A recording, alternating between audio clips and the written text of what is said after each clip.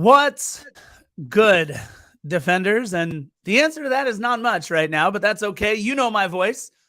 J.R. Liebert, the Scarf. That's right. It's me, and this is episode 262 of the LAFC podcast, heard in 100 countries worldwide.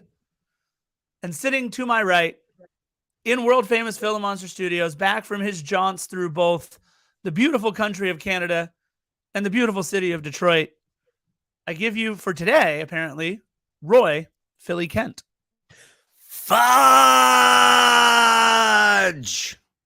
Fooled you. Yeah. And I'm pretty sure you had a mild heart attack right there. Hello, Los Angeles. Hello, lovers of Major League Soccer. Hello, fans of the beautiful game. And, of course, hello to the millions. And millions.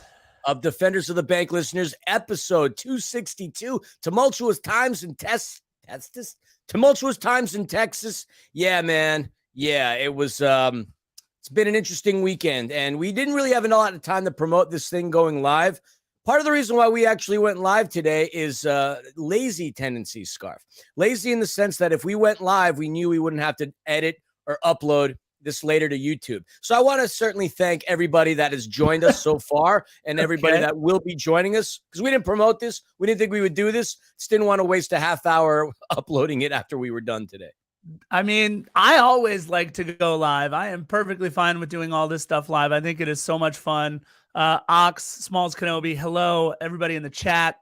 This is a rough one for us, as it's been a rough week in general for the LAFC community. We'll get to that in just a minute. And this was certainly the exclamation point on what was a very rough week for all of us indeed.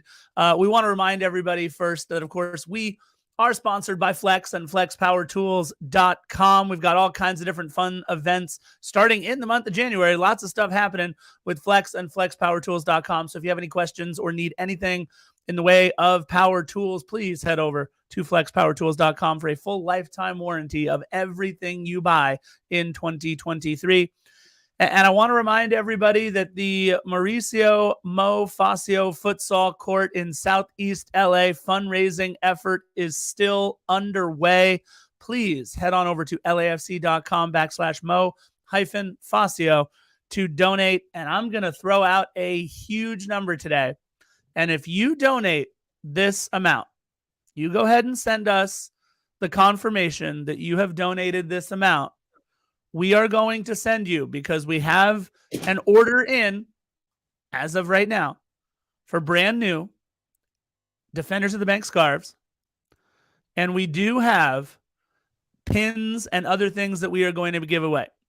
If you donate this amount, then I am going to make sure that you get a brand new Defenders of the Bank scarf, some pins, and our first shirts. Once we roll merch off the line, you're going to get one of our first shirts that we have off the press if you donate $620. And here's why I say $620, because as of today, it has been 620 days since LAFC has won a match in the state of Texas. $620. So if you do it, I am going to give you a scarf, a shirt, some pins. We're going to take care of you, because we got to get this thing done. So Philly, normally I ask you what your number is, but top that. I'm not going to top that unless I add an extra dollar to it. That is very well thought out and genius, for that matter. 620 days. October 20th, 2021 was the last time we won down in Texas. That's why we do say tumultuous times in Texas. The Lone Star State for us has been the losing state. I don't have anything clever or witty or anything to say. That was right. good. Yeah, what he said earlier on, I'm not known to put my foot. I am known to put my foot in my mouth, but not have a loss for words. And that was really good. So I'll add a dollar to what you said just to be spiteful. But other than that, that's kind of genius. Sounds good. We want to take a second here at Defenders of the Bank to remember Chris Printup, who we all know much more known by Spanto, which was his nickname, his name throughout not just the LAFC community, but through all of Los Angeles. And if he would have had a little bit more time, not much more, the world That's for sure. Chris Spanto Printup was 42 years old when he passed away in a car accident in Albuquerque, New Mexico, earlier this week. The Venice born and raised founder of Born and Raised had several collabs with LAFC. He was a fabric in the Los Angeles community.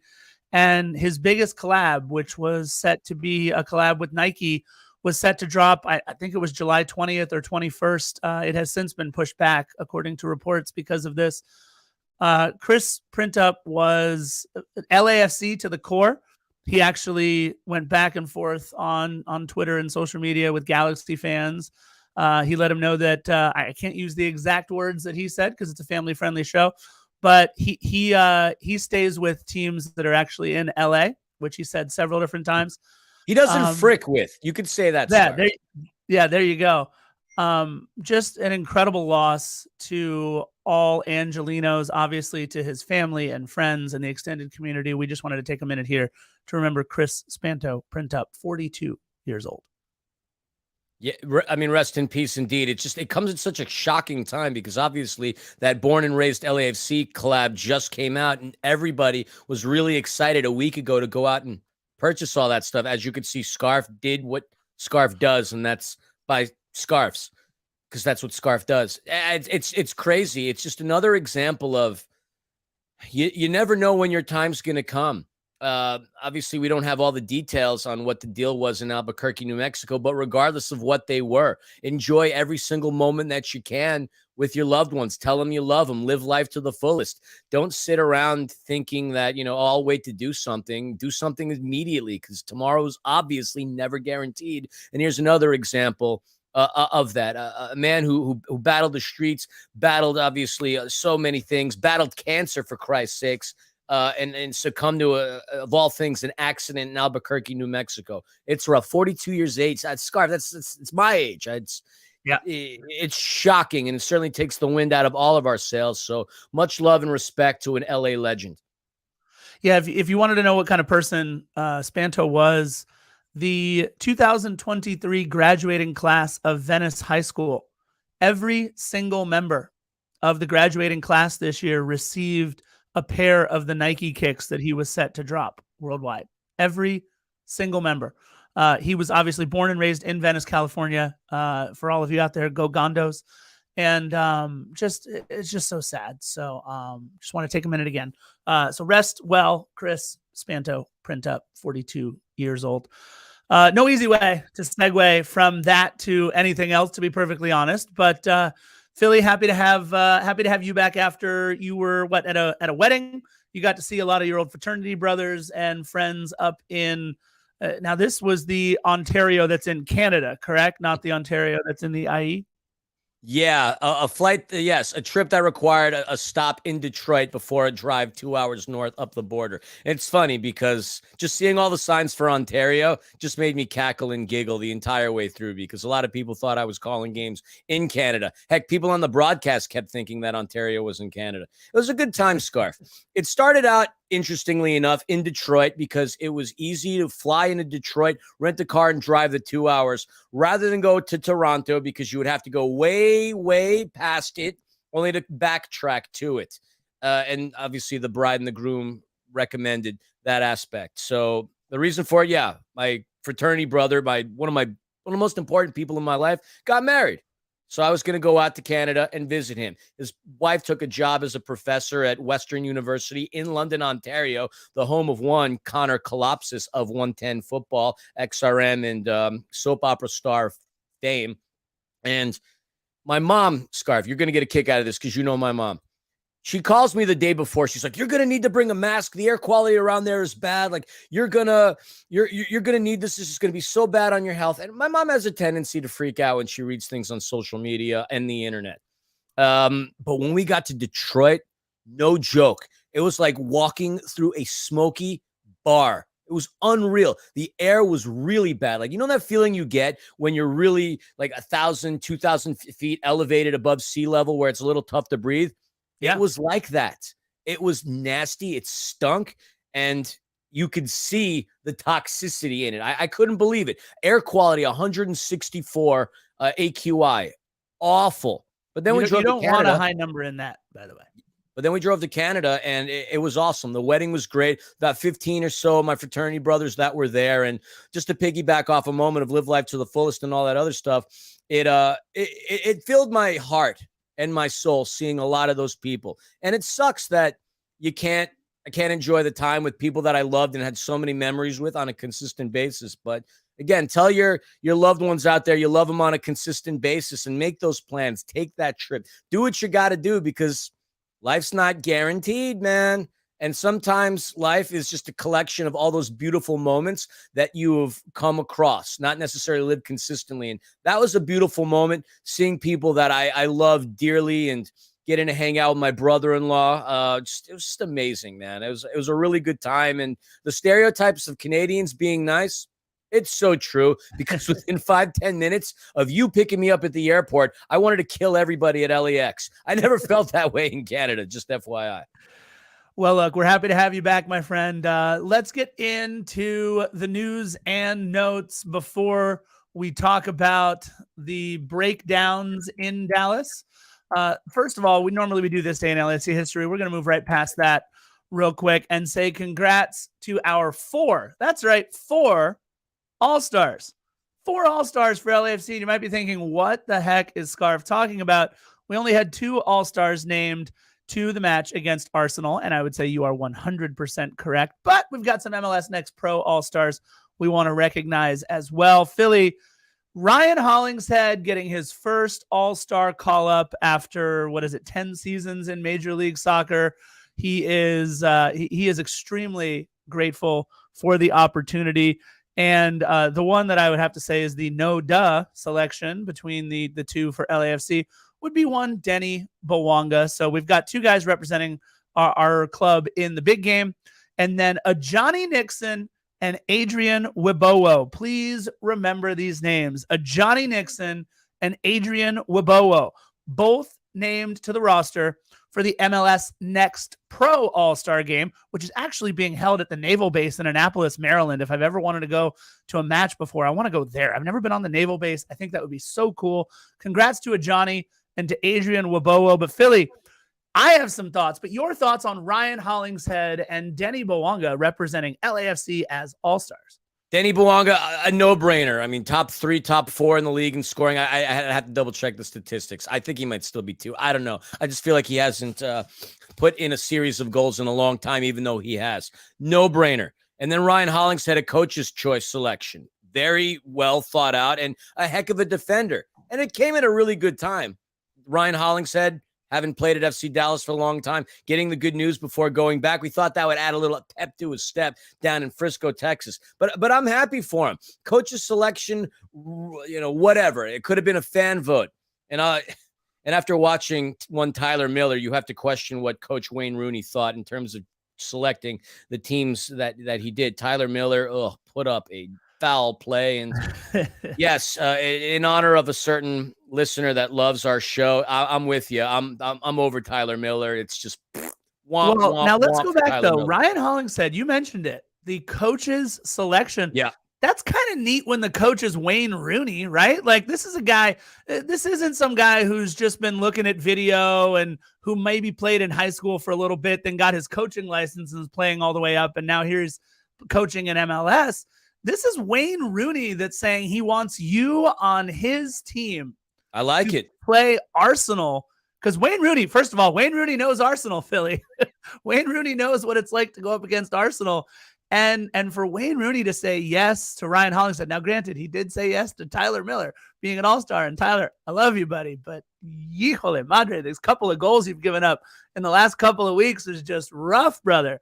But kind of neat. And of course, obviously, I'll mention the other elephant in the room. I don't mean to call you an elephant, Walker Zimmerman, but another all-star nod for former LAFC defender Walker Zimmerman. You can't go wrong with having Walker on the back line. So I'm just excited. Washington, D.C. could be fun. I don't know. I like the kits. What do you think of the kits, the all-star kits? The kits are cool. I don't like the game. I don't like the competition. I don't like the fact that we're going up against Arsenal.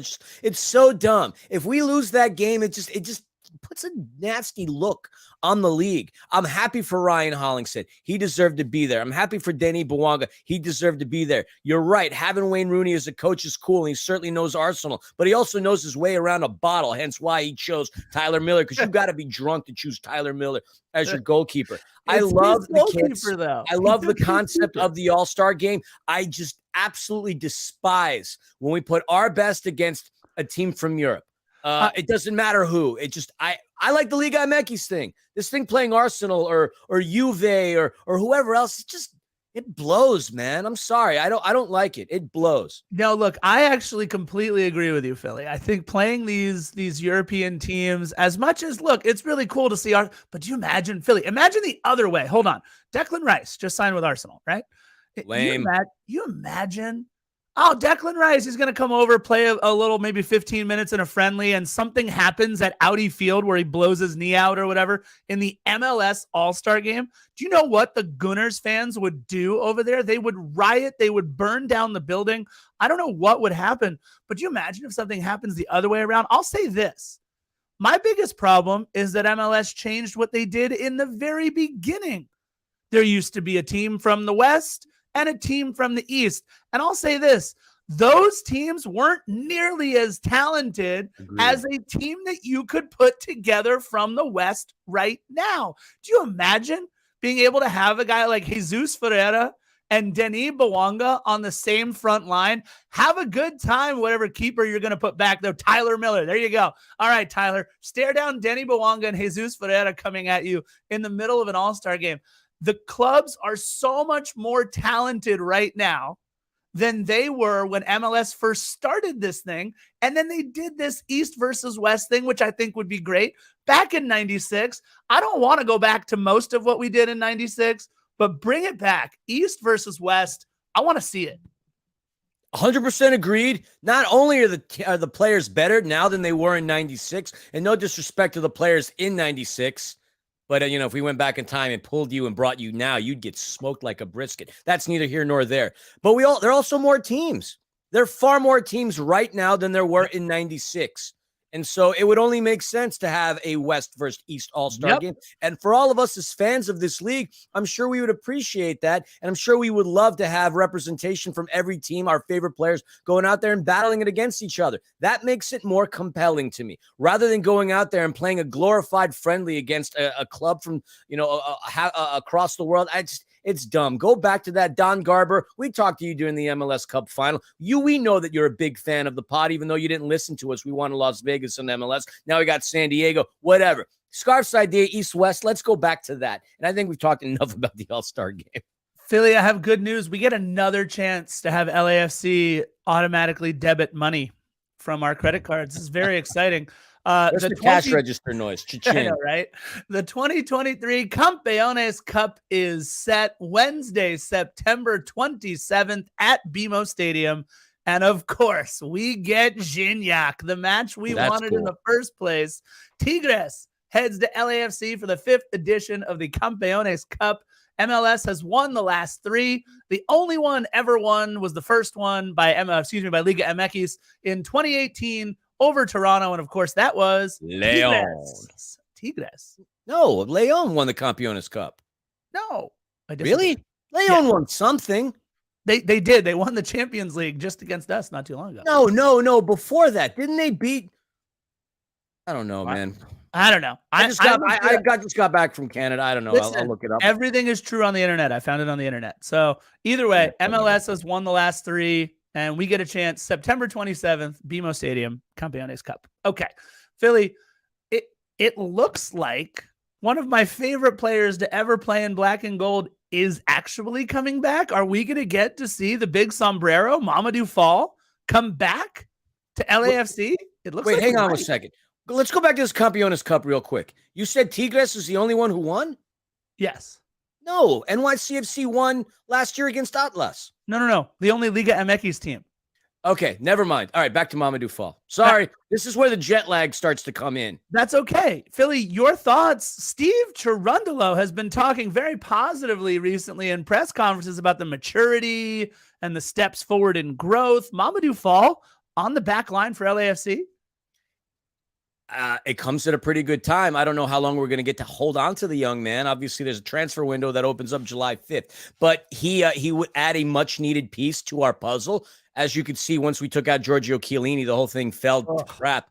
Mamadou Fall was an exceptional talent, obviously raw and plenty of time to mature and develop, but he caught the eyes of teams all over the world. I mean, he got to La Liga, which was kind of cool. I'm shocked that he's back on our roster and that nobody wanted to purchase him, but that's not to say that that's not going to happen. A heck of a journey, but he finds our way back into our roster, and we need him. We need some more depth pieces. I don't know if he's going to get to start if we have a fully healthy team, but we certainly need him right now. I'm excited for the fact that we have Mamadou Fall. He played against some really good talent. He probably has some really good ideas, and he's going to step in during a time we certainly need him to step in.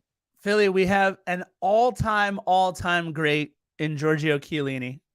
We have a very recent MLS All-Star and a player who I think has taken another step forward this year in Jesus Murillo. We have one of the better U.S. men's national team center backs and one of the better MLS center backs ever in Aaron Long. We have Daniil Maldonado, who sometimes stays on his feet and is playing very well.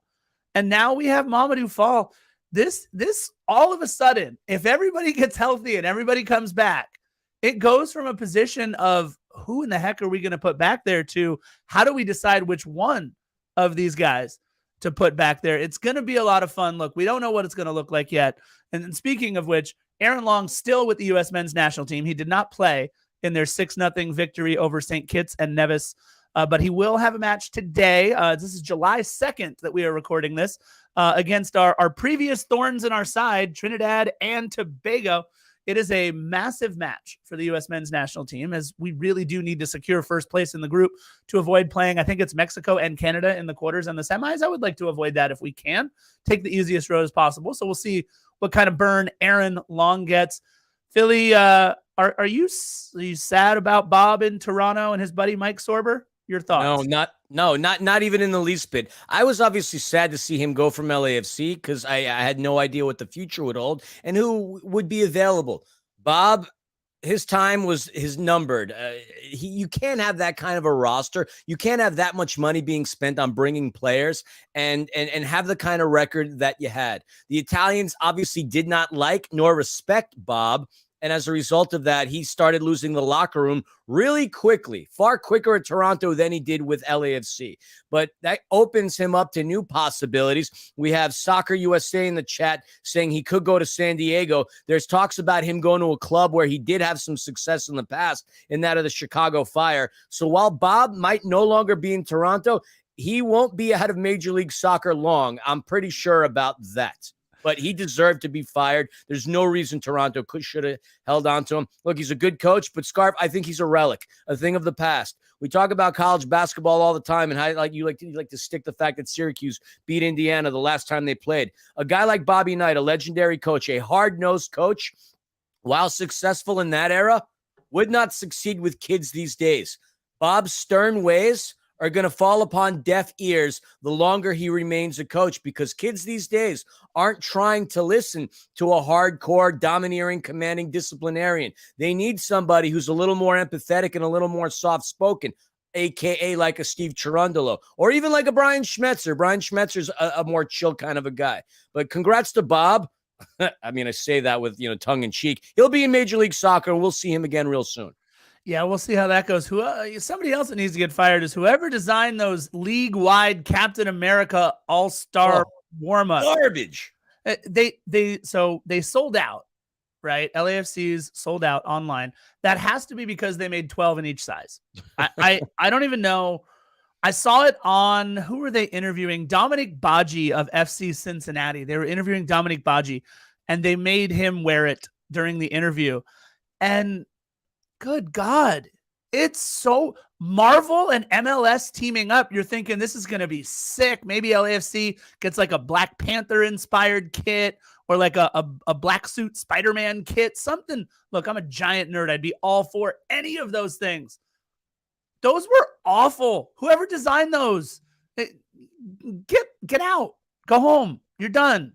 Don't do that. I've often said that the great greatest art was created on some form of substance, but I think the substance was a little too toxic for anybody to have approved that design. It's like staring into a kaleidoscope. It's painful on the eyes. And if you recall the movie Mallrats, it's like staring at one of those things, trying to find the image in there.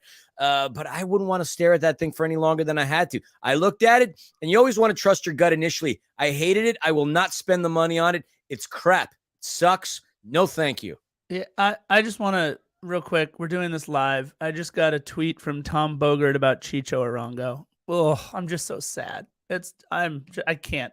All right, got to move on. Philly, let's talk about Angel City for just a very quick second. Our Angel City minute. They continued their solid run of form down in San Diego, defeating the Wave 2-1 in a 2023 Challenge Cup match behind 2 early goals. Madison Hammond and Clarice Lebion both scored inside of 20 minutes, and the ladies held on for their second 2-1 win in San Diego in 11 days. Since making a coaching change over to Becky, they are undefeated at 2-0-1. And Philly, they're going to the house that the energy drinks built. That's right, Red Bull Arena, to take on Gotham FC today at 2:30, which, by the way, we're going to be coming over to your house to watch that match. So that's going to be fun. Yeah, I'm going to see you at like 2:30, which means we have to be done with this podcast in like, I don't know, a half an hour or something like that. So then let's move it along. Yeah. Philly, LAFC 2 beat Vancouver in their last match. Huge win, except it doesn't count. Yep, that's right. LAFC 2's victory over the Whitecaps 2 last week. They used an ineligible player, someone who should have been suspended for yellow card accumulation, apparently. So they were forced to forfeit, and they were issued an undisclosed fine. From my research, I believe it's Jeremy Batioja who they used, who should have been on yellow card accumulation suspension. It hasn't been confirmed, but so much for our first multi-goal big win of the season. LAFC looks to avoid the fate of our big club as they stay deep in the heart of Texas against North Texas SC today at, I believe it's 5:30. So again, July 2nd, we got Angel City playing. We got LAFC 2 playing. Lots of fun going on. No fun was had. Zero fun was had in Frisco last night. It's funny that you just going over that. It sounds like something that would happen like a Serie D match. No reason to have stuff like that happen in MLS Next Pro, especially if you're trying to establish credibility within the league rough. You said it, Scarf. Your donation suggestion implied the time, the dollar amount, mirroring the time that it's been since we last won a game in Texas. 2021. Texas has not been a fun place for us to go. The Lone Star State quickly becoming the loser state for LAFC. And LAFC's had their fair share of success against FC Dallas historically. Over the number of times they'd competed against each other, LAFC's won 5 times. They drew twice, and FC Dallas has only won twice. So you think based on history, it had a tendency to repeat itself. It did not. And with the run of form that Dallas had coming into this match, we didn't think it would be that tough of a game. Having lost 4 out of their last 5, albeit the one win they had was 2-0 at the hands of St. Louis. That was an impressive game. No Jesus Ferreira, as he was out there scoring hat tricks against St. Kitts with the U.S. men's national team. Did not think with the laundry list of injured players that FC Dallas had that we would have had the tough time that we did with them. And Toyota Arena Center, whatever the frick they call it in Frisco, we got fricked in Frisco. Tumultuous times. Let's unpackage the tape. Yeah, I mean, look, just this season, we beat Dallas at home 2-1 on a late goal by Denis Bouanga. We took a 1-0 lead on what at the time was the 5th fastest goal in LAFC history, Timothy Tillman in the 3rd minute. We actually lost the lead after they had gone down a man to a red card in the 73rd minute, but Denis rescued all 3 points in the 84th. But of course, like you said, that was then. This is now. This was a club that won just once in their last 7, scored multiple goals just one time over that stretch. You mentioned it, the win over St. Louis 2-0. This was not a club that they were down 8 guys, Philly, 8 guys, including Ferreira. And it wasn't just Ferreira. Paul Arriola, a very, very good midfield player, and a reason why I get to say Arriola on the podcast. Tuamasi was out. Obrian was out. Jose Martinez was out. I mean, they had massive problems. Paxton Pomacall not starting and Sabalang not starting. There's just so many different reasons why we should have been able to handle this club. I do want to say they brought this up on the broadcast, and this was an incredible stat because of how much we blew this record out of the water. No MLS club in the history of this league since 96 had played anywhere near as many as the 29 matches that LAFC has played through July 1st. The previous record was just last year. Seattle Sounders, not 28, not 27, not 26, but 25 matches. Kjo, I got to put that comment up. We'll talk about that when we get there. I'm with you. But 25 matches was the previous record on July 1st. 29 for LAFC. If you don't think we're tired, we are definitely tired. And I don't mean we, because we are also definitely tired, but I mean us, as in black and gold. Nico Estevez, the former U.S. men's national team assistant, head coach for FC Dallas. They roll out their 4-4-2. Philly already talked about it enough. Jesus Ferreira not there. All the other guys not there. But a player who, I think I'd give this player man of the match, although I'm still not sure. Martin Pas, the Dutch keeper who made a couple of very, very good saves in the match. I don't think we asked a whole ton of him, unfortunately, but it's a clean sheet for Pas. Defenders that we are very familiar with in Marco Farfan and Sebastian Ibiaga on the back line, and defenders we're probably not as familiar with, and in Kosai Tafari and Giovanni Jesus. The midfielders were Edwin Cerrillo, Facundo Quignon, and Philly's favorite player, Du Bois. Philly loves Du Bois. Sebastian Lletget. He does not love Du Bois. Forward lately, neither does Becky G. No, not at all. Forward Alan Velasco. Forward Sam Junkwa, who hadn't scored in 50-plus games. Oh, man. More on that cherry popping later. So upset. And making his first MLS start, forward Bernard Kamungo. More on that cherry popping later. I just can't. In the 18, Paxton Pomacall, Jose Mulatto, Tiki and Sabalang, and Amit Korka are the four that you want to mention. And the only other thing I will mention before I turn it over to Philly for the black and gold lineup is that the kickoff temperature was 83 degrees. Philly, black and gold, who we got? 83 degrees is not that big of a deal. But in Texas, it's the humidity you got to account for. Just an FYI.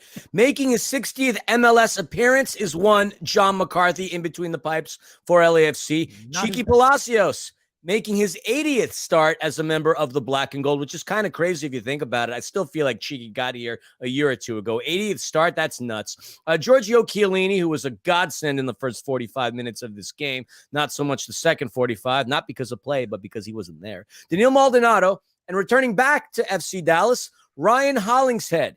I heard on the broadcast, it was pretty cool. When they were talking to Ryan Hollingshead, they asked him whether or not he would celebrate if he scored a goal coming back to Frisco. And he said, I absolutely would celebrate. So it goes to show him that a chip and a pep to his step would be something we'd see out of him today.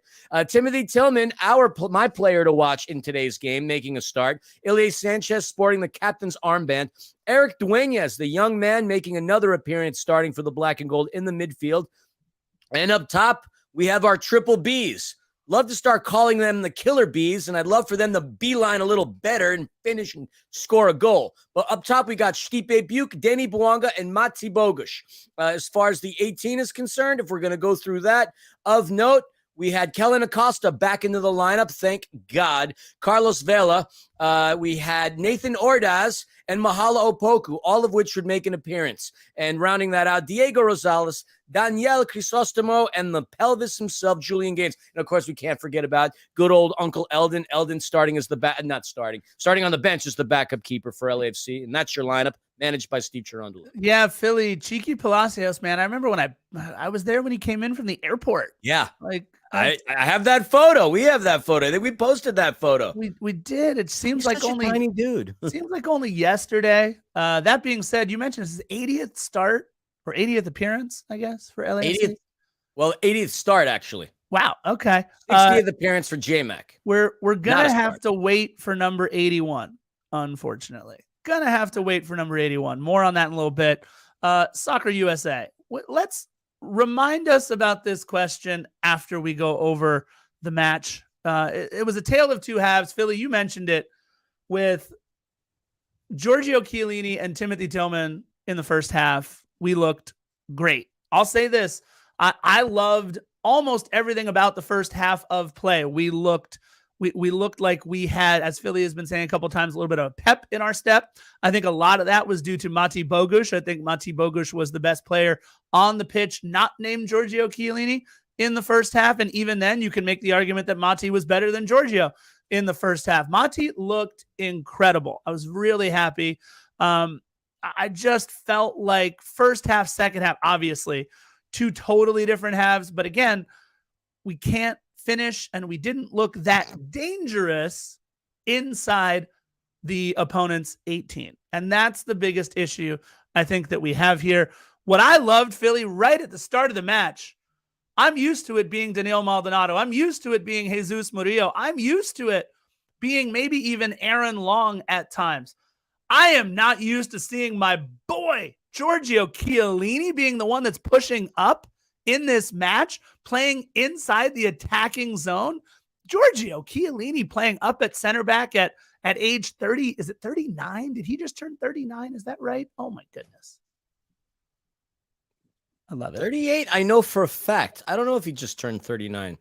Oh, and this is me not Googling and answering the question really quickly because I don't like doing research on the fly because it's normally all up here. That's why you all are entertained by us. That's why we get paid because we got the knowledge here. We drink and we know things, although I haven't really been drinking much in the last 2 months. August 14th, he'll be 39. Ooh, the 14th. Day after I turned 40. Yeah, he was such an important part in this game. Yeah, he had a great ball into the box, man. I wish Mati would have headed it on target in that 6th minute. Yeah, I mean, look, that to me, that was our first real offensive threat. And the ball, it was a one touch in the air with his left foot, by the way. Left foot, Giorgio Chiellini, ambifooted, ambipedal, he uses both feet really well.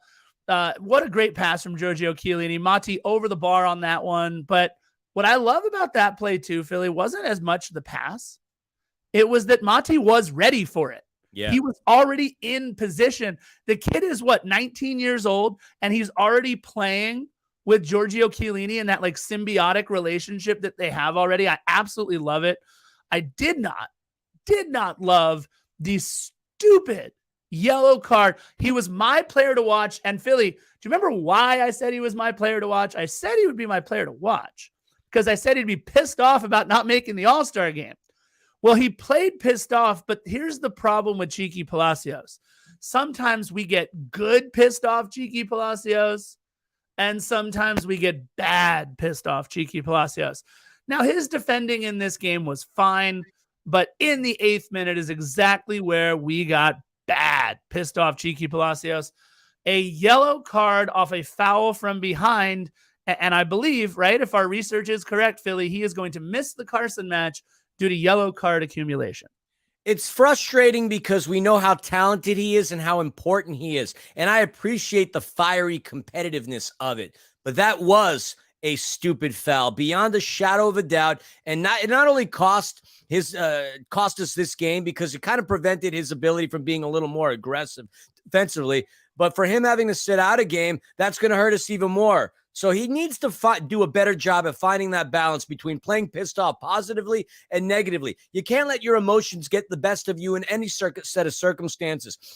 That was way too quick, way too early in the game for that to happen, and it hurt us then, and it's going to hurt us tomorrow. Cheeky, you need to do better about that BS, bro. I get it. Just taper yourself a little bit. Harness that energy and utilize it with a great pass or a great shot on target. Don't push somebody from behind and then get pissed off that you got a yellow card because it freaking costs us, man. Stupid.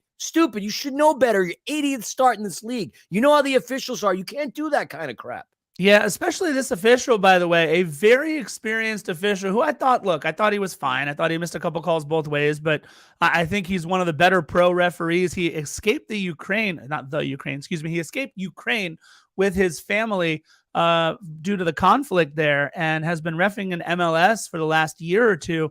So happy to have a much more quality official. He's done Champions League qualifiers, Europa League matches, all kinds of stuff they were talking about on the broadcast.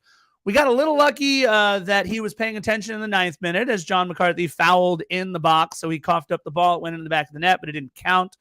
But that being said, a good moment for LAFC to get their heads back on straight, because seeing that ball go into the back of the net there early on had to be a little bit of wake-up call. I loved the set pieces by Mate Bogusz in this match. He had one in the 10th minute where it was a good corner, but Alan Velasco coming in to help out on Denny Bawanga. I thought Ryan was playing a little amped up. 14th minute, right? He has this beautiful steal, comes up, intercepts the pass on Alan Velasco, but then passes it to Casper. I don't know who was out there. I don't know who he saw. Maybe John Cena. You can't see him very often when he's out there, but there was nobody there, Ryan. Nobody there. He made the right pass, I guess, but there was just nobody there.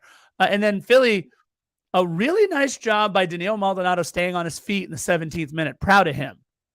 Yeah, Leggett had a really nice pass into, an eventual goal scorer, but Danilo Maldonado making that play, breaking things up, leading to a corner for Dallas. Nothing comes as a result of that. Then the only other real key event, if you watched on the app Major League Soccer, occurred in the 23rd minute. Stipe gets a hard foul by Jesus. Shin kick, no question about that. Yellow card on FC Dallas. So within 23 minutes, we have two important pieces from each team, both committing yellow fouls. Yellow fouls, yellow fouls. So that's what happens on that note. Free kick by LAFC occurs shortly after that, and you got Martin Paz with a save of the week candidate, Mate Bogusz. It was an amazing attempt, and you watch Paz had his eyes on this the entire time because he didn't react until that ball just hit the ground. Then he went to make the save, getting his mittens on it. But like you said earlier, Mate Bogusz, dangerous on set pieces, a position that he's in a role that he's taking that he's a lot more comfortable doing. And that really was our best attempt, if not of the game, certainly within the first 20 or so minutes of this game. That was an incredible save by Martin Paz. Again, Mate, though, being dangerous. I love that. Just a minute later, right, he gets another corner. The ball cycled out to Denis Bawanga. His strike was high. And then he earns us another free kick just another minute later after Tafari fouls him. And this time he whips it in beautifully, but nobody's there in the box where he has to be. So Mate Bogusz keeping us on our set pieces with Carlos Vela and Kellen Acosta both on the bench. To have somebody like Mate Bogusz able to put these balls in spots like they are supposed to, Giggity. I really thought that we would have something come of it. Unfortunately, we couldn't. I really like the steal by Stipe Buke. Tillman pokes it away from behind. Stipe cuts the ball across the mouth of the goal, but unfortunately, Denis Bawanga swing and a miss for Denis on that one. Again, I think he's just so amped up. Philly, half hour in, we get a hydration break. By the way, I did want to mention, 22nd minute, Eric Duenas absolutely shivers Marco Farfan on a nice hard challenge. I just want to mention that because I love Eric Duenas, and I really liked one of the cool matchups, Philly, in this game was Alan Velasco and Eric Duenas. They were going at it on the opposite side. They were on the same side as each other for most of the match, and you could tell there was a lot of appreciation for the competitor on the other side between those two guys. Velasco's 20, Duenas is 19, and I think they're going to be seeing a lot of each other on the international circuit as they go through their careers. Philly, after the hydration break, Timothy Tillman with a nice pass to Cheeky down the side in the 34th minute. We just couldn't do anything with the ball moving forward. And Philly, I didn't think progressive passes is a thing that you and I talk a lot about with like Vince and other people that are like stat heads and all that. I want to know how many progressive passes that we had, which is a pass that leads the next player forward by 5 yards or more. I think it is. I got to go back and look up the exact wording of the stat, but we just don't seem progressive right now. Maybe we need a little flow in our lives. No, yeah, it was a great pass by Tillman, but when Cheeky got it, he in turn had a crap pass himself. Yep. Honestly, there was really nothing after that hydration break that was really worth noting, other than right around the 45th minute where Palacio tried to he actually like redeemed himself to a certain extent, getting the ball over to Giorgio Chiellini. He just didn't get a good boot on it, and there was no play to be made on there, but that was really it. After 30 minutes, we have 2 minutes of stoppage. Yeah. That's it. I don't have anything else to say. If it's okay with you, I'd like to get into first half stats. Go right ahead, my friend. It was a dominating 45 minutes by us, albeit with the last 15 minutes of the half, not really anything. I mean, we had 8 shots to their 2. We had 1 on target, an exceptionally beautiful 1 on target, to their goose egg, to their 0. We had the lion's share possession, almost at 60%. Our passing accuracy was on point, man. Dallas couldn't do a good job stringing together enough passes to even get to a satisfactory level as per the rating system of J.R. Herbert, math teacher and Latin teacher extraordinaire. And we also had more set pieces than FC Dallas did. More opportunities. We were equal on fouls, 5 offside, couple yellow cards a pop. And that's your first half. But you'd have to go into the locker room with Steve Cherundolo thinking, all right, these boys are playing pretty well. We're getting in there. We're getting our opportunities at about 25% of our shots that we took on target. So this could bode well for us going into the next 45. No, you're absolutely right. Look, first half we looked fine, right? It was almost that like Atlanta United performance, right? Where we had a lot of things going forward. We were at least in and around the box enough, just couldn't get it into the back of the net, obviously. But we were creating a decent number of chances. And look, I'm going to preface what I'm about to say with they're both coming back from injury or still recovering from injury. And with the humidity and the heat and the travel and a game against Carson in just a couple of days, I understand why Steve Cherundolo makes the substitution that he does to start the second half. Kwadwo Opoku, Kellen Acosta for Giorgio Chiellini and Timothy Tillman. But in my opinion, we were completely out of sorts up until the 65th minute. So 20 minutes of us playing completely out of sorts. Congrats to Kellen Acosta for coming back. His first match since June 4th. It has been a while. For most players, that means he would miss maybe 2 or 3 matches. For LAFC, that means he's missed 114 matches for us in just like 20 days. But that being said, I really felt like for the next 20 minutes, and that would be until the 65th minute, Carlos Vela subbing on for Ilie Sanchez. For the next 20 minutes, Philly, I thought we looked lost. I mean, it was the domino effect that led sort of to this defeat. Obviously, Giorgio Chiellini, a big part of our back line, and Timothy Tillman, a big part of our midfield. But we had a couple of really nice plays. I mean, the 50th minute to start things off for us, then he had a great run from around midfield. Some fancy-ass footwork that created some space for himself, takes a shot but just misses it. There's no real stat on that, Scarf. But, I mean, that's some high-profile elite maneuvering, which goes to show you how valuable of a player he is for us. And he's aggressive. He can do things. He's obviously our leading scorer.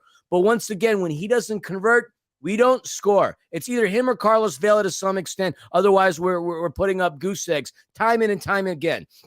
2 minutes after that, Bogusz off the free kick, still being a menace. Try to connect with Kellen Acosta, and that would have been a phenomenal welcome back, Kellen, but he just misses it. As I said, Bogusz getting more and more threatening off his role taking set pieces. I'm enjoying watching his development for sure. Now I just want to see more of the finished project. 3 minutes after that, Mahala connects with Denis, who takes an aggressive shot from outside of the box, but right to Paez. And so that's exciting for us coming out of the gates. But unfortunately, a minute after that save by Paz, FC Dallas strikes. I'm sorry, but a long throw into the box that leads to a goal like that, something broke down defensively. I got to go back and look at it.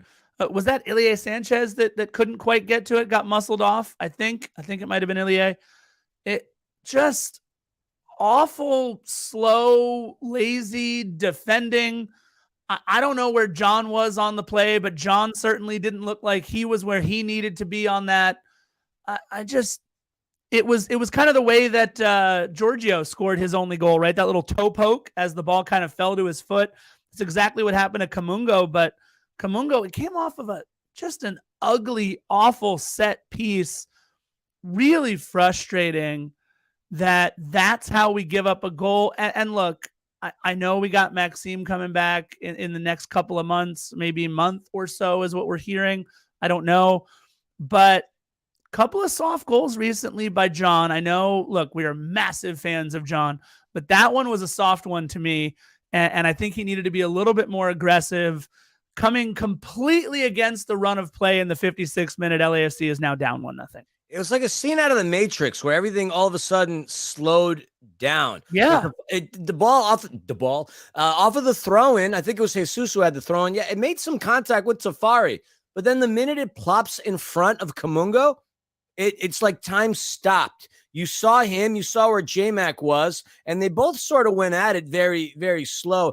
I don't know if McCarthy realized where Kamungo was, but he does absolutely toe poke it past him for the first goal of the game, and during his first start for him to get one. And this kid's got a pretty unbelievable story. Tanzanian born and bred, played for their national team. That's why he didn't feature in the last game against Austin. Moves to Texas, plays high school soccer. Is at North Texas SC, which is becoming a pro football producing institution. And he got rewarded on a very interesting looking goal, which was a Lemony Snicket series of unfortunate defensive events by LAFC. And now we're down 1-0. And that was really a massive punch to the face to our team because it felt like things unraveled after that. Yeah, look, we got lucky in the 63rd minute that Kamungo didn't see Velasco on the opposite side, and also lucky that Cheeky Palacios got the ball and not the man on the kind of slide from behind. I'm not loving the way that Cheeky played in this match. He was my player to watch because I thought there could be something great that happened with his, I'll say his aggression. It was not great. 64th minute, Mahala to Denis Bouanga. And he put it right at Martin Pass again. It was a hard shot though, so he just had to save it out for a corner, but he saw it the whole way. And then at least in the 65th minute, Daddy comes walking through the door and kind of settles things down a little bit. Carlos Vela coming on for Ilie Sanchez. No knock on Ilie. I just don't think he was a factor anymore with the guys who were out there and in the way that we were structured at that point. But Carlos Vela really helped settle down this match, and Philly, none more so than in the 68th minute. I don't know how Denis doesn't do more with that ball from Carlos Vela. A glorious pass, which goes to show how awesome of a facilitator Carlos can be and how much of an impact he can have. I think what the stat was on the 28 goals or whatever that LAFC's had, I forget the number, maybe 17 of which came by way of either Carlos or Denis. I'd have to double check that stat where I came across that. I know I didn't just pull that out of my rear end, but Denis didn't get proper booting on it because I think when he kicked it, it bounced off the ground and just the trajectory of it just went to the right of Paz, to the left of us on our screen. An awesome opportunity. It just wasn't Denis' day. And it's not because of a lack of effort. He had more shots than anybody else on either team. He had 6. But we rely on him so much. And it's like a game, and we've all played some sport, I hope, or at least we think. I know I have, you have. When you have the kind of game in which you're trying to take all these shots and things just aren't falling your way, you're eventually going to get frustrated, and it's just going to lead into like the way you're thinking and like your attitude towards the game. I love the fact that Denis kept trying and trying, but you'd think that his missed attempts were just getting to him. But the problem is, when he doesn't convert or if Carlos doesn't facilitate, just don't score goals. It just goes back to what Mariano Trujillo on the broadcast said, and you and I had the opportunity of working with him at 110 Football. Mariano Trujillo, a very nice guy. He said it. We don't have a number 9. We need that cold-blooded kind of assassin. Chicho Arango was that for us, having scored 35 goals during his tenure at LAFC. We don't have that. Denis is the closest thing to that, but that's not effectively what he should be. We need somebody like a Chicho. We need that legit number 9 whose only job is just to come through like that. Because no Denis, no Vela, we don't have any scoring options. And that was just another missed opportunity for us. Yeah, it's going to be interesting to see what moves we make coming into July 5th. I did look up, by the way, LAFC 2 played North Texas in their first ever match Sunday, March 26th. So you're looking at the very beginning of the season.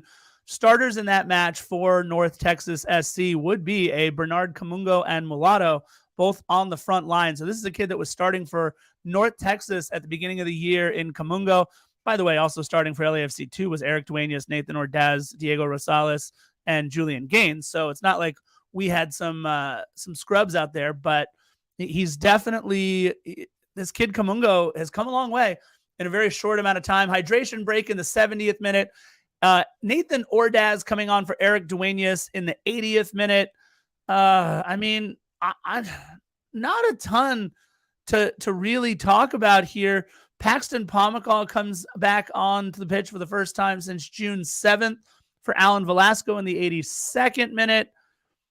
I mean, Junqua in the 83rd, turns, fires, 84th minute. No, but that inspired him. That certainly, don't say on the inspired. It inspired him greatly 7 minutes later. Well, I think what happened actually is that he got cooked by Denis Bouanga just a minute after that. I mean, Denis goes absolutely through him for a corner kick, and another good corner by Mati Bogusz as Paz has to punch it away. I got real frustrated with Mahala in the box in the 87th minute as he really couldn't do anything. But whether you think it happened because of that play in the 83rd or I think it happened because of the play in the 84th, Philly, there's no denying what happened just before stoppage. No denying it. Yeah, Jungwa inspired, as we mentioned. Dude, a goal of the week candidate. How he made that play happen was amazing because he was all the way on the sideline getting pressured by a couple of our defenders. And somehow he drops it off to, I think it was, who was it? Nsabelang, if I'm not mistaken. But he gets it right back to Jungwa. And with three defenders right by him, you have Ryan Hollingshead, I think to the right of him, Stipe to the left, and Mati Bogusz behind him. He fires home a missile that absolutely stunned not only us, but John McCarthy, who instantly fell to the pitch in disbelief and disappointment. Look, he had no way to make that play. No way. It was just too far to the side of him. It was an unbelievable shot and a career first for Junqua. We talk about how Jesus Ferreira was the main catalyst and the main offensive weapon for FC Dallas, having 10 goals on the season. Most notably after that, Alan Velasco with 2 goals and 2 assists, but really just a couple other players with 1 goal a pop. Not only does Kamungo get his first start and get a goal, then Junqua, and like you said, 50-plus games, never scoring a goal in Major League Soccer. It's nice to know that we as LAFC could be the icebreaker and the cherry poppers for these two. Now they're going to come in to games against us thinking all these positive things. And for all the references we make to FC Dallas's FC ribeye steak, at that point, they certainly were the ones to stick the fork in us and cook us because we were done at that point. Another tumultuous time in Texas resumes as we lose another game we controlled. Yeah, just to put a finer point on the stat for Junqua, he actually does have 3 MLS goals, but that was his first goal in 50 games, or he only had 1 in 50 games before then. So this is a guy, it's a journeyman. He barely played with Rio. He barely played with Rio Grande Valley Toros and the Houston Dynamo. I mean, it's just a frustrating goal. We gave him way too much space up top. I think John was a little flat-footed, but that's okay. Look, you wouldn't have made the play anyway, dude. It was just a great shot. We had the ball a ton, couldn't do a damn thing with it. Dallas didn't even want to move forward. They only completed, less than 200 passes the entire match.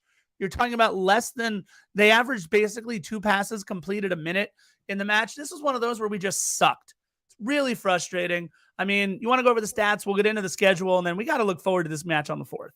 Yep, stats. So as I mentioned, we domineered this game, man. I mean, we had 15 shots to their 7. We had 3 on target to their 2. We had 63% possession to their 37. Our passing accuracy was much better again. We had 200 plus more passes than FC Dallas did. We had more opportunities on the set piece.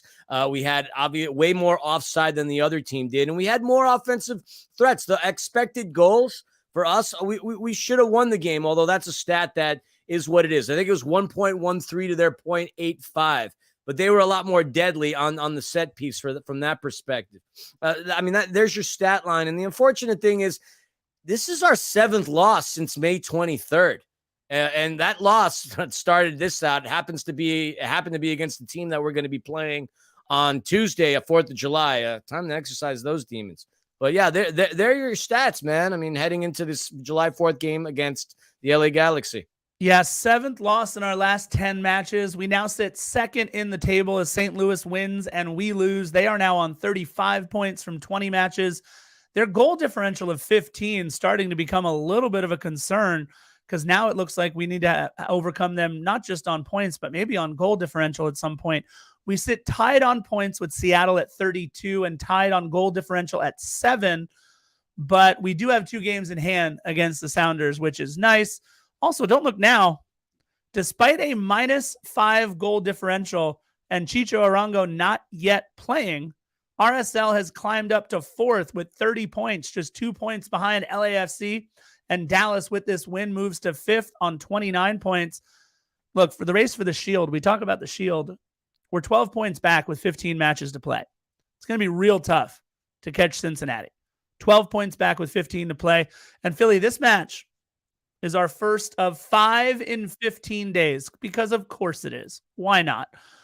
July 1st, obviously, we played in Dallas. July 4th, we're going to break the MLS attendance record for now at the Rose Bowl. That record is going to be broken about 17 times in the next 2 years, thanks to one Argentine who's going to come over and do some things for Miami. But we'll at least have the record on the 4th of July. And then on the 8th of July, at BMO, San Jose. On the 12th of July, at BMO, St. Louis. And on the 15th, Minnesota. Look, Minnesota's not that good, but they can play very well. I think they won 4-1 in their last match. Philly, Carson, San Jose, St. Louis. These are some of the top teams and our rival in the West. This gauntlet of 3 matches all in or around Los Angeles, we need to take all 9 points from these 3 matches if we want to do anything to secure our spot at either the top of the Western Conference standings and have any shot as a Supporter Shield. After the game against Minnesota United on the 15th, we go on a 2-week break before we start concluding things in this Campeones Cup. And yeah, it's getting rather tiring hearing this rhetoric about how we are tired. We have played 29 games. At the end of the day, what's actually killing us is just our lack of depth. These are professional athletes. They know that what factors they have ahead of them, whether it be weather-related, elevation-related, fatigue-related. At the end of the day, there's still a job that needs to get done, and that's win games. And that's something we haven't been doing very well for a series of things. But after this July 15th game against Minnesota, we really don't have any more excuses afterwards. At some point in August, we'll realize how good, late August, early September, we'll realize how good of a team we really are. Hopefully, once this transfer window opens July 5th, we'll get a couple of reinforcements and move a couple of pieces around the board to help our season out. Because we sort of ran into something similarly last year where we had those lulls, and those lulls kind of concluded in the great state of Texas. After that, we started picking up things and running towards the playoffs. Now, this Supporter Shield doesn't look like it's going to happen for us unless all those teams that are ahead of us have a horrific end to their season. But we need reinforcements. This team built the way it is, this isn't going to be a team that's going to take us far in the Western Conference playoffs. We need a little more depth. We need a number 9. We need to be able to finish better in the last third, the final third of the pitch. It's great to build all these opportunities and have all these chances, but if you can't convert, who cares? It's like, well, engaging in a consensual relationship with a significant other and having all that buildup, all that sweat, all that excitement, all that aggression, and not to finish, that's just a waste. And that's kind of how our games in the season's been going these past couple of games. I get that they're tired, but at the end of the day, we need to stop using that as an excuse. They need to capitalize on their efforts, and more people other than Carlos Vela and Denis Bouanga need to do that. Philly, I don't know what you're going through at age 42, but I appreciate you sharing that with everybody here on the podcast. That being said, look, we got a lot of people saying we need to stop being victims and get the job done. We need to execute these chances we created. I'm going to say this. The normal MLS season is 34 matches in length over the course of about 9.5 months. 34 matches in length over the course of 9.5 months. When we finish that game against Minnesota United, speaking of finishing, when we finish that game against Minnesota United, we will have played 33 matches in just the first 4 months of the season. 33 matches. 33 matches. I get that execution is a problem. I get that rest and fatigue is a problem. But one of the other major issues that I have, and after this, I don't really want to talk about this damn game anymore. One of the major issues I have is with Major League Soccer. And I know we signed up for the season, LAFC did, knowing that if you win MLS Cup, There are so many other mechanisms in place that make it difficult, right? But what you also then can't do if you're Major League Soccer is you can't then throw on tournaments like Leagues Cup and throw in tournaments or matches like the Campeones Cup and throw in all of these other things that we have had to deal with in terms of Champions League deep runs and an Open Cup and all of these other ancillary factors that weren't part of the equation when some of these antiquated salary and roster rules were set in place. So you can't have a team play 33 matches before July 15th and not allow them to keep their reinforcements, not allow them to spend on a little bit of a depth piece if they need to here and there, and deal with injuries, and deal with international duty, and deal with transfer window issues. What MLS has done a great job in is keeping parity by causing issues with the teams that are at the top and doing well. And that's what we're seeing. So you're absolutely right, Philly. We get a little bit of a break after July 15th to get everybody back, everybody healthy, and the players who we will bring in when the transfer window opens. Those players will get acclimated. We'll get everybody as healthy as we can. No word on Murillo, no word on Palencia. I don't know who the next man up is. Maybe Julian Gaines on that outside back position with no Cheeky Palacios. But my issue is more with Major League Soccer because we have created this issue for Major League Soccer. Major League Soccer had never had a club play 29 matches before July 1st, only 25, and you saw what that did to Seattle last year. Not making excuses for them, but we're going through a lot of the same things, except we are still near the top of the table. We are still dealing with these things better than Seattle did last year. I think it's absolutely ridiculous that we will be playing 33 matches through July 15th, and yet look where we are in the standings. Sure, we're not executing. We're dead ass tired. But either way, it's on MLS, and they need to change it, because if you're bringing Messi in and you're doing all of the different book manipulation that you're doing in Miami, you better make it across the board for everybody else. You know what's comical about Messi coming in and money being the way that it is? If you look at the MLS rules and regulations in 2023, obviously minus the 3 designated players that you have, but defenders, listen to this. The salary cap for a Major League Soccer team is $5.2 million. $5.2 million.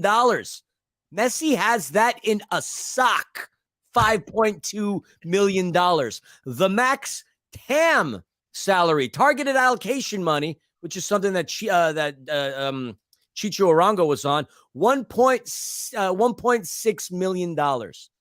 Comical. How are we going to keep players and bring in players on rules like this? Yep. I hope that with Messi coming in, it's going to blow the roof off of this. The parity won't be there anymore, but that's life. Boo-hoo. It's going to force owners to pony up and spend money. And there are owners out there that have the money and don't pony up. I'm talking about Stan Kroenke and the Colorado Rapids. Sure. I might feel for some of the other owners, but at this point, this is the way the world of sport works. To the victor goes the spoils. And if you got money, you got to do your thing. But $5.2 million salary cap for a professional team in the United States? What do you say? Horse Pucky. Horse Pucky. By the way, Pucky is coming to MLS. More on him in a little bit. But look, RSL adapted real quick. They started spending money. They brought in Chicho and all these other guys. Clubs will adapt, but force them to adapt. Don't force clubs to have a worse product. How stupid is that your league is forcing clubs to have a worse product because they win? Do you think that the NBA, do you think David Stern went to the Lakers and went, hey, I know you've got Kareem and Magic and Worthy and all these other guys, but do you mind breaking them up so you don't go to 5 or 6 finals? Hey, Bird, McHale, Parrish, all these other guys. Hey, LeBron and your banana boat gang that you had everybody with in Miami. Come on. Bring on the dynasties. Let them happen. I got nothing else to say. And I gotta get on the road because we got to get to you in like an hour. Well, we do. As you can see, I'm wearing my AFC Richmond jersey. I'm harnessing Roy Philly Can't Fudge. But I'm trying really hard to believe, and you've got hope. I'm trying really hard to believe and to utilize these last 7 losses since May 23rd, goldfish mentality. And by the way, shout out to my wife, Panda, for getting me this amazing jersey. If you go to Nike, their website is where you could cop this beautiful jersey. About $105, which, well, it's a lot of money, but I like it. Believe and Goldfish mentality. We move forward in an attendance record-setting match in Pasadena, where, I'm looking forward to 4th of July. There'll be fireworks, not only in the air, Scarf, on the pitch, and hopefully not too many in the stands. And that is all I got. That's right. Be safe, everybody, if you're going out there. We'll talk more about that on One More Sleep tomorrow. Yeah. But that being said, you guys know how we like to end each and every one of our episodes, including 262. Bye-bye.